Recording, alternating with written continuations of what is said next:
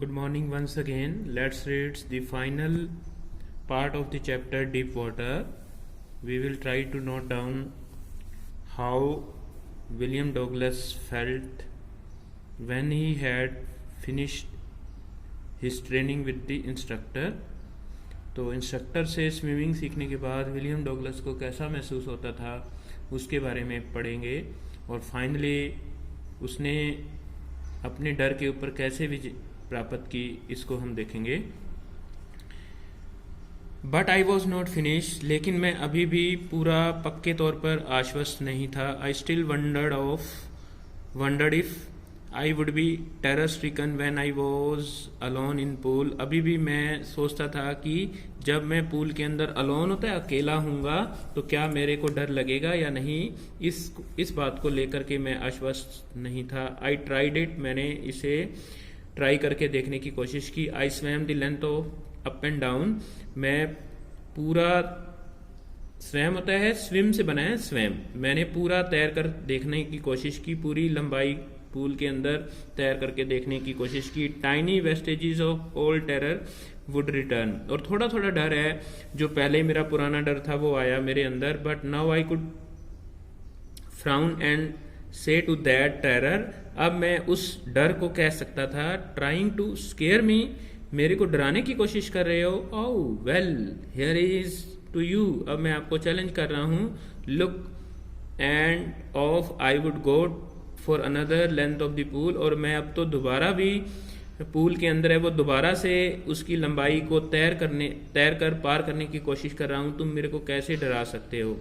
This went on until जुलाई, ये बात है वो जुलाई तक चलती रही। But I was still not satisfied, मैं अभी भी संतुष्ट नहीं था। I was not sure that all the terror had left, मैं अभी भी आश्वस्त नहीं था कि मेरा पूरा डर है वो जा चुका है। So I went to Lake Wentworth in New Hemisphere, मैं न्यू हेमिस्फीयर के अंदर वेंटवर्थ लेक के ऊपर गया। Dived off a dock at Triggs Island, और मैं उसके अंदर डुबकी लगा दी ट्रिगिस आइलैंड के अंदर। And swam 2 miles across the lake to stamp act island, और मैं स्वैम एक्ट आइलैंड तक 2 मील तैरता हुआ गया। I swam the crawl breast stroke, कहता है मैंने क्रैल स्ट्रोक लगाए, ब्रेस्ट स्ट्रोक लगाए, साइड स्ट्रोक लगाए एंड बैक स्ट्रोक लगाए। Only once did the terror return, केवल एक ही बार वो डर मेरे अंदर आया। When I was in the middle of the lake, जब मैं लेक के बीच, झील के बीचों बीच था।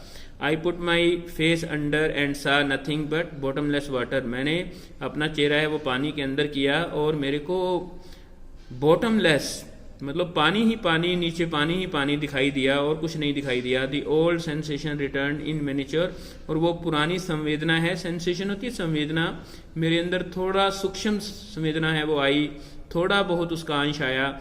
आई लाफ्ड एंड सैड, मैं उसके ऊपर हंसा और बोला, well mister terror what do you think you can do to me, तुम मेरा क्या बिगाड़ सकते हो।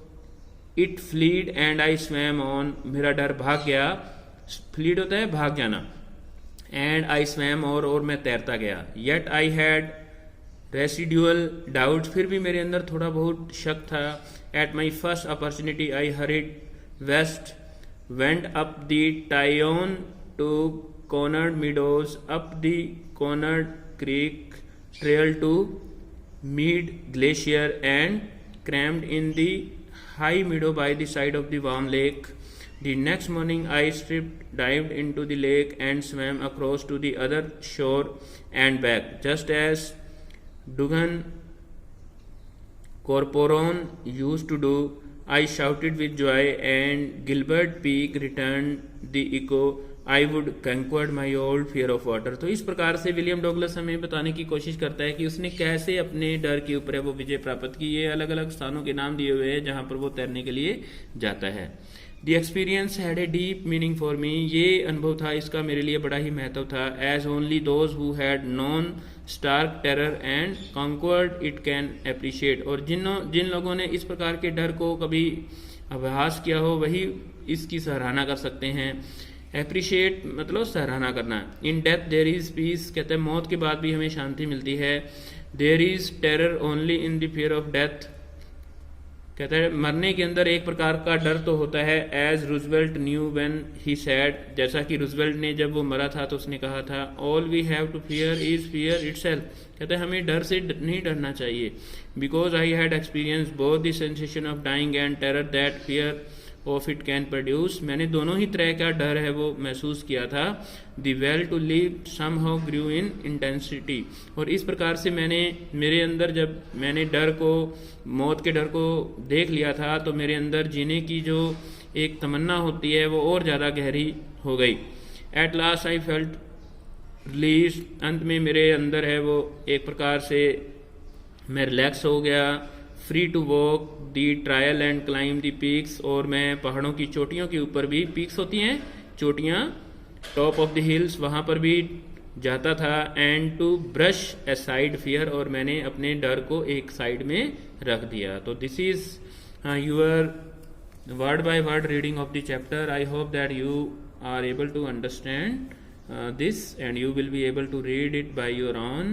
Student, as scene passages are asked from this book, क्योंकि सीन पैसेजेस हैं वो आते हैं, तो आपने क्या है चैप्टर को जो भी पढ़ाए जा रहे हैं उनको अच्छी प्रकार से दोबारा से रीड करके देखना है, ताकि आपको सीन पैसेजेस करते हुए कोई भी प्रॉब्लम ना हो। और आपकी जो हेल्प बुक्स वगैरह हैं उसमें सीन पैसेजेस की प्रैक्टिस है वो दी हुई है, शॉर्ट क्वेश्चंस होते हैं उसमें, और कुछ फिर आंसर्स आपने खुद बना के देखने हैं, तो इसकी प्रैक्टिस आपने करनी है। और इसके अतिरिक्त भी आपने अपनी वीडियोस बनाइए, ठीक है।